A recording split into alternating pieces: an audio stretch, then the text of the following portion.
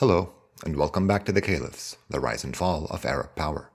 My name is Zaid Wahab, and today we will talk about the rapid unraveling the umma experienced as Umayyad power crumbled after the death of Yazid ibn Muawiyah.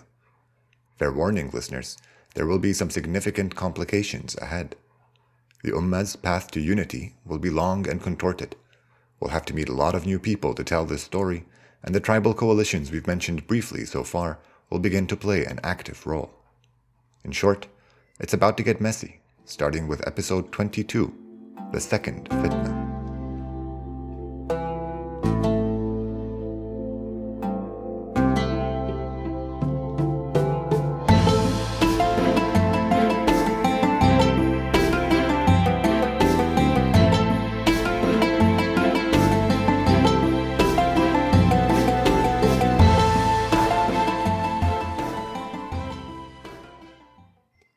I hope the term fitna didn't sneak up on you. For anyone just tuning in now, it's the Arabic word for civil strife. Not every intrigue, coup, or rebellion warranted the label, and the Arabs reserved it only for those exceptional periods of cataclysmic upheaval. If you found the first fitna to be a crowded and confused affair, then I need to do a much better job with this one, as it will be remarkably more complex. I won't try to fit it all into one episode. In fact, we've already covered some of it. When it started is a matter of opinion, and some say the fitna truly kicked off once Abdullah ibn Zubayr began publicly accepting pledges. Others that it was after Hussein and the Hashemites were massacred en route to Kufa, and others still pin its start all the way back with Muawiyah's death. I don't know how fair that last one is. I mean, despite his disastrous time at the helm, Muawiyah's son and successor Yazid did rule for a few years, replacing governors and sending armies and whatnot. His poor decision-making undoubtedly played a huge role in the deterioration of the Ummah's unity, but it wasn't until his sudden death that everything fell apart. So we'll use that milestone to investigate the second fitna. In our effort to keep our stories straight, we will break up our discussion into 3 parts, one for each of the Caliphate's main regions, Iraq, Syria, and the Peninsula, using their local leaders as our vantage points while we await the rise of a new caliph. Let's start with the peninsula, specifically the western Hijazi cities of Mecca and Medina. When news of Yazid's death arrived, Medina had already been conquered and pillaged, and Mecca had been under siege for about 4 months and getting desperate. Abdullah ibn Zubayr may have been unflinching in his resistance, but he was also ineffectual and had found no real way of fighting off his besiegers. When news of the caliph's death arrived, Yazid's armies were stunned, and the commander in charge decided to stop the unpopular siege of the holy city and called for a meeting with Ibn Zubayr. We are told he made Ibn Zubayr an incredible offer. In exchange for a promise to return with them to Damascus, he was willing to pledge allegiance and have him recognized as caliph. Let's take a step back. If you recall, Abdullah ibn Zubayr's whole platform was to fight the Umayyads until the Qurayshi nobility could hold an election council to determine which clan chief would become the next caliph. This united Quraysh and their loyalists behind his war effort, and he bolstered this support by appealing to the Kharijites, with promises to include their leaders in the discussions as well. The thing is, the Qurayshi elders who stood the best chance at rivaling his own bid for power had all died during the siege, and coupled with the respect his resolute stand against the Syrians had won him, Ibn Zubayr had become the de facto leader of all opposition on the peninsula.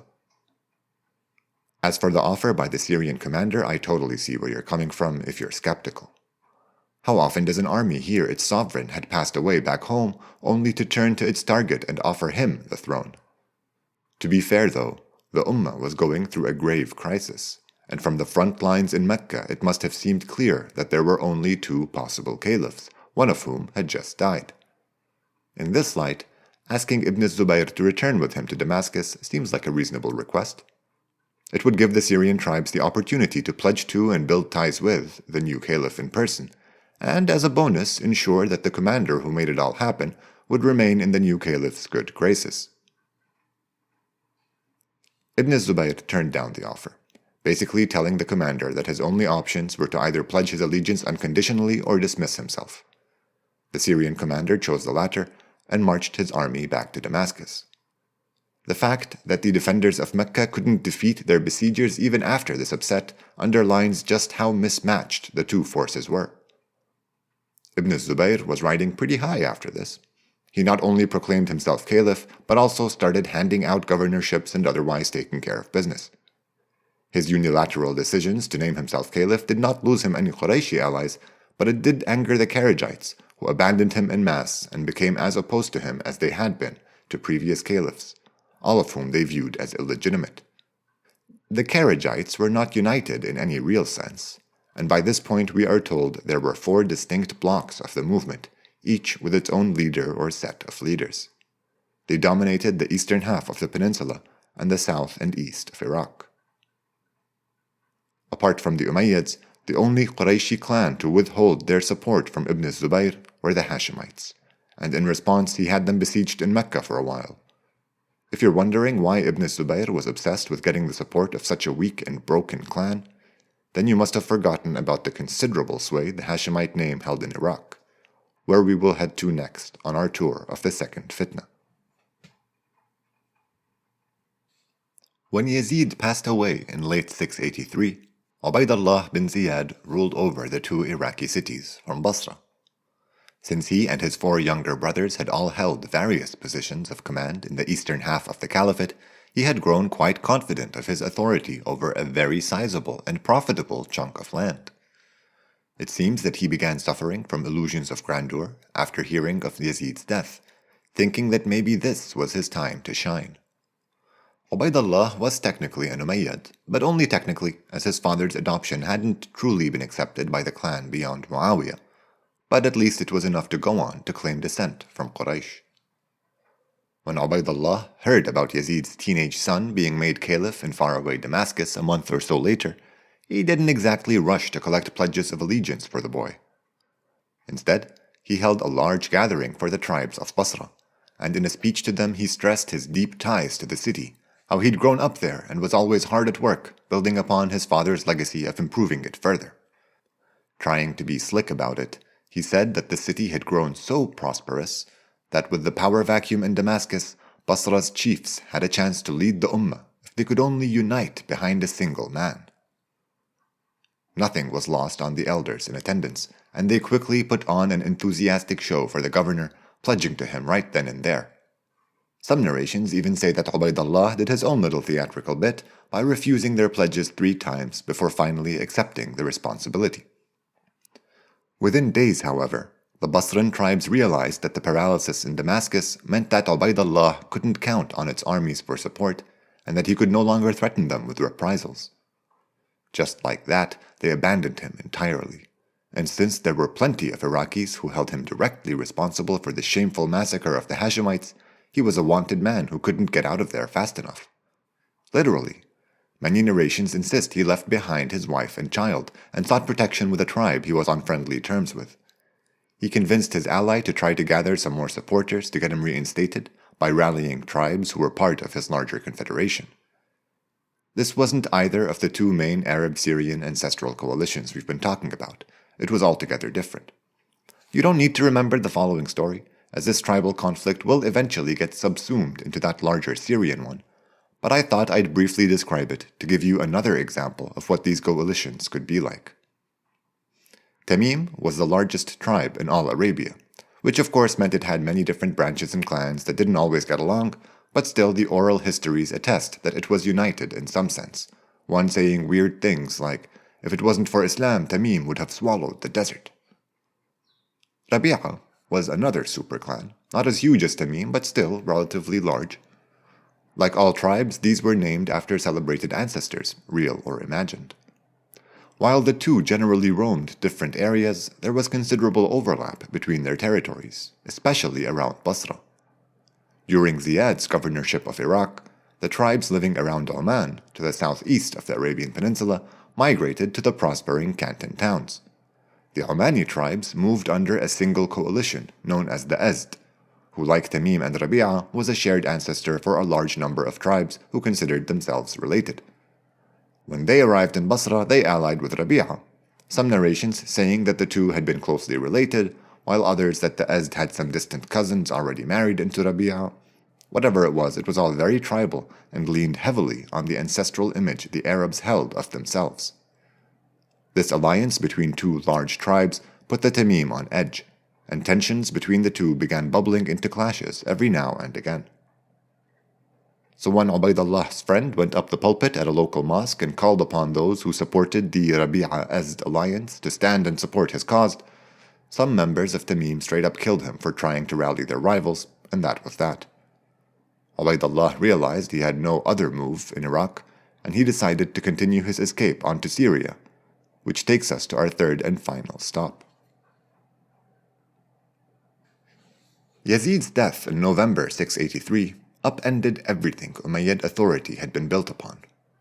He had been chosen to succeed his father precisely because he was a direct descendant of the chief of Kalb's daughter Maysun. This all weighed very heavily on the mind of Ibn Bahdal, Yazid's cousin, governor of Palestine and Jordan, and latest chief of the Kalb. He was preoccupied with maintaining the privileges he and his clan were afforded, and when you're at the top, any amount of change is unwelcome. The nomination of Yazid's eldest son, the 19-year-old Muawiyah, for caliph was an attempt at extending this alliance, but it was obviously not taken very seriously outside Syria. When Muawiyah died between 2 and 6 months into his short reign, there were literally no other suitable candidates. Ibn Bahdal hoped to nominate Muawiyah's younger brother Khalid, but at that stage it was like flogging a dead horse. Umayyad loyalists and supporters were fine when Yazid was put in charge, but they became unnerved by just how much control the Syrian Kalb had after they managed to install the younger Muawiyah in charge of the caliphate. Two prominent members of the Umayyad Old Guard, the governors of Damascus and Homs no less, defected to Ibn Zubayr's cause, declaring that since there were no other candidates for caliph, to disobey would be to cause disunity, and they called upon their people to offer their pledges of allegiance. In this stunning about-face, they were joined by the Adnani armies of Qinsarin and Jazira, or Mesopotamia, who also greatly resented the influence the Qahtanis held over political affairs. Back when Muawiyah was in charge, he managed to keep both tribal coalitions in his service, giving each one room to dominate its immediate environment. Ziyad proved less adept than his father at maintaining this delicate balance, especially after it was upset by the boost in standing the Kalb and their Qahtani allies received with his ascension to caliph. Maybe he would have managed to turn things around had he lived long enough, but the relationship with the Adnani tribes of northern Syria was compromised beyond any hope of repair after the rushed promotion of his son by their rivals. The stranglehold that the Kalb held over political decisions begs the question: who founded the Umayyad dynasty? Instead of regarding Muawiyah as the brilliant governor who managed to use his many advantages to assert his authority over the ummah, maybe it is more apt to recognize that he had no real say in who was going to succeed him. Having tied his fate to the Kalb so tightly, he had become entirely beholden to them. It's just a thought, and I do not want to spend too much time laying out yet another way we can look at Muawiyah. He's controversial enough as it is. In any case, it's not like their monopoly over the highest rungs of power had done the Kalb or their Qahtani allies any favors following Yazid's death. Their championing of the younger Muawiyah as his successor was a desperate gambit, and the clumsy move revealed just how bankrupt they were. After his death only months later, the best their leader Ibn Bahdal could come up with was nominating Muawiyah's little brother Khalid as his successor. But governors all around the caliphate, even in Syria, just began taking pledges for Ibn Zubayr. Having exhausted all his options, Ibn Bahdal withdrew back to his tribe's ancestral lands of Palestine and Jordan. He couldn't remain in the capital Damascus, as its governor, one of the elder Muawiyah's closest lieutenants, had defected to Ibn Zubayr's camp. The Meccan caliph had technically united the rest of the caliphate under him, as he was the only Qurayshi candidate, and governors were calling their people to pledge to him. Not everyone had pledged, of course, and all sorts of elements existed in society. There were Kharijites, resentful Umayyad loyalists, tribes whose elders had not met the new caliph and were too proud to submit without formalizing the relationship with a wedding or two. but it seemed like it was just a matter of time before they came around one way or another. Unwilling to give up just yet, Ibn Bahdal decided to hold a tribal gathering to try and determine whether any paths to power had been overlooked. Allied tribal leaders and Umayyads of all stripes were invited to Jabia in the south of Syria in early to mid-684. This was the scene which greeted Ubaydullah ibn Ziyad when he first appeared in Syria, and after getting over the shock of Muawiyah's death and calls for pledges for Ibn Zubayr in Damascus, he decided to head to Jabia to see what was going on. Yazid's family all attended, of course, as they were also Ibn Bahdal's kin, and he was still trying to push for Khalid bin Yazid to be proclaimed caliph. Marwan and his family had made their way to Damascus after being expelled from Medina, but after Yazid's sudden death, Muawiyah was leading them back to Mecca to pledge allegiance to Ibn Zubayr, and many narrations report that he had to be talked into attending because he didn't think anything could come out of the meeting. Sa'id ibn al-As, Medina's other governor during Muawiyah's reign, had passed away a short while back, but his son al-Ashdaq, a prominent and popular Umayyad in his own right, was there representing his branch of the family. We are told that the Umayyad and Qahtani elders met over several nights, but their deliberations are not transmitted in any reliable retellings. One quote which consistently emerges is the rejection Ibn Bahdal faced pushing for Khalid ibn Yazid, with other leaders saying that they hated supporting a youth to counter a rival elder. Clearly, the whole Muawiyah II fiasco still stung. Ultimately, they agreed to all back Marwan for caliph, whose age, standing, and tribal connections were expected to give them their best chances for success. He was meant as a kind of regent, however, as it was also decided that Khalid ibn Yazid was to be his successor, and considering Marwan's age, 61 at the time, Ibn Bahdal must have figured that his kin would be back in charge before too long. Al-Ashdaq, who was not as old as Marwan but substantially more mature than Khalid, was third in line. It was a messy arrangement, but one that balanced the competing interests within and without the Umayyad clan, and ensured that the Qahtani alliance had no shortage of Qurayshi men to champion for caliph. The alliance agreed to more than just which members of Quraysh would represent their interests at this meeting. They decided that they had to retake their capital if they wanted any chance at regaining power. This wasn't going to be a sneak attack either. Their meeting at Jabia hadn't gone unnoticed, and it had provoked their Adnani rivals to rally around the governor of Damascus to encourage him to take military action against them. As soon as Marwan's intentions to challenge Ibn Zubayr were known, confrontation became inevitable. The Umayyads and their allies were going to go all in, so the governor of Damascus marshaled as many troops as possible, receiving much support from the Adnani tribes and the armies of Homs. The battle between these two factions took place in late July to mid-August of 684 at a plain called Marj Rahit. Sources agree that the Umayyads were badly outnumbered, but estimates are erratic. The Umayyad/Qahtani army is sized at between 6 and 15,000, up against 30 to 60,000 men from the armies of Damascus, Homs, and the Adnani tribes. Despite how little we can confirm about the battle itself, we know it was a bloody affair and that a large number of Umayyads died trying to preserve their clan's primacy in the umma. After dozens of brutal engagement over 20 days or so, the Umayyads emerged victorious. Some narrations explain this unexpected thrashing by saying that as the Umayyad advance gathered momentum, more tribes switched sides, which seems like a sensible explanation to me. Others say that the governor of Damascus had left the city undefended because he thought his advantage was so overwhelming that the battle would be over in no time.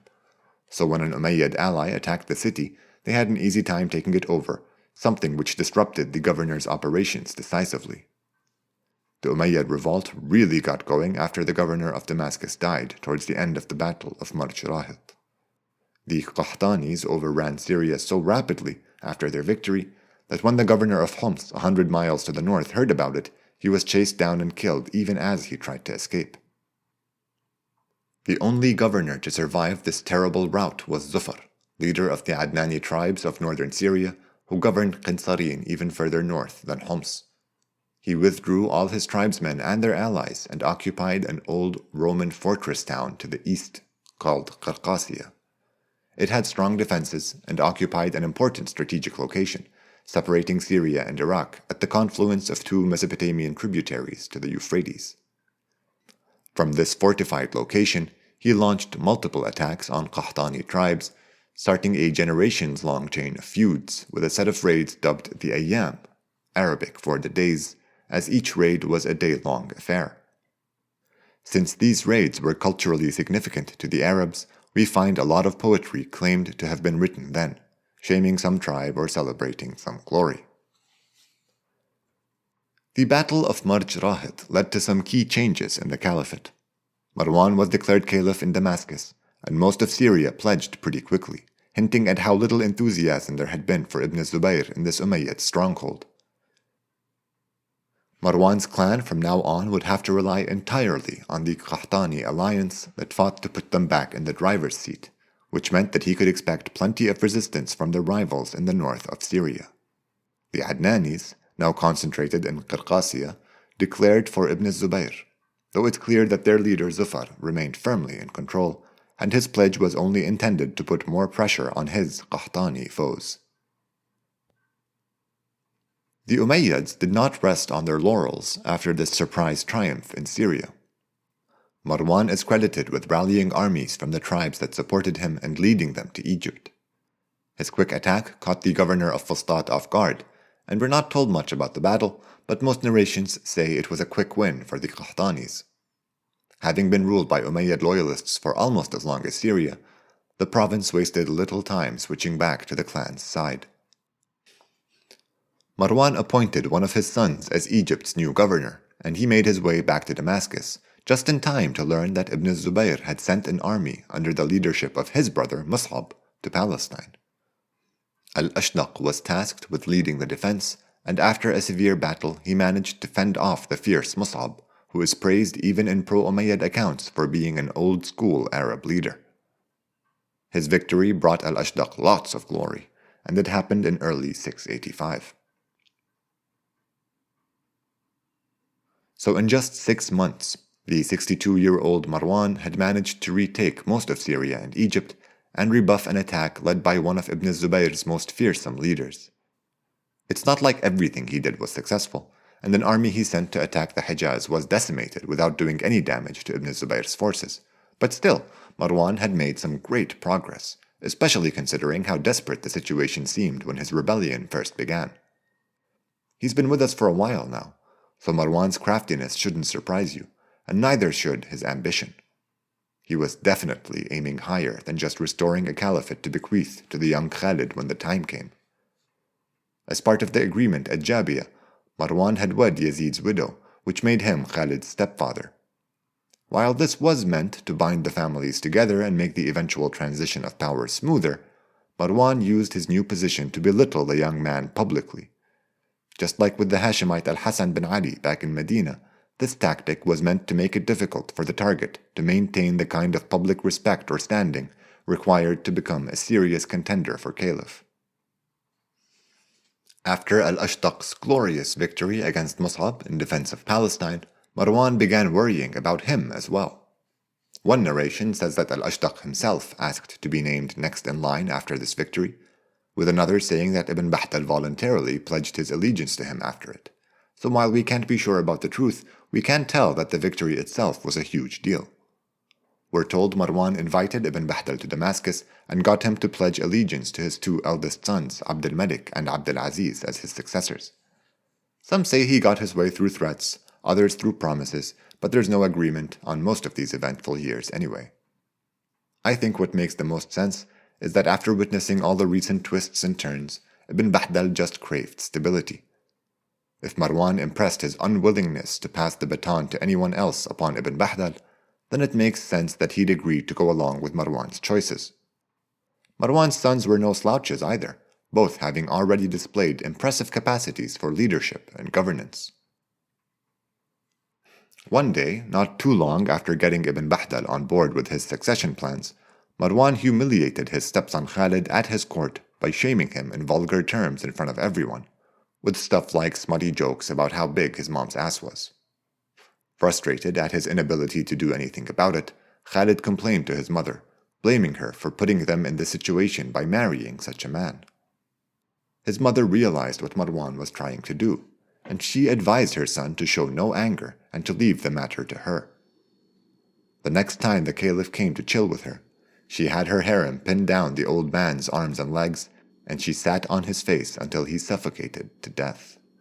While it's my favorite narration about Marwan's death, and it is widely reported, I promise, I admit that it's also unlikely. Marwan probably died of something less dramatic, some quick illness or old age or something. It's a real pity, and I always hate to admit it, but women are mostly mentioned in the oral narrations as foils to shame or humiliate men, so the important contributions they made to this history are kept from us entirely. These sources amplify narrations against Marwan because he resurrected the Umayyad dynasty after the rest of the Ummah had almost united behind Ibn Zubayr, something which represented a reversion to its pre-dynastic phase. Abd al-Malik wasted no time collecting pledges after his father's death, and he faced no serious opposition from Khalid or al-Ashtaq, showing just how successful Marwan had been at sidelining his son's competition. Let's wrap it up here. The second fitna will take much longer to get through, and I think we've done enough to introduce its major parties for now.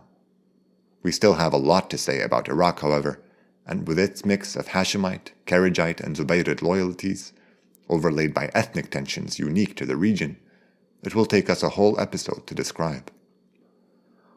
We're lucky to have a fascinating figure to use as a vantage point into that world, a man whose strange rise to power will foreshadow some critical developments. But let's get to all that next time, here on The Caliphs, the rise and fall of Arab power.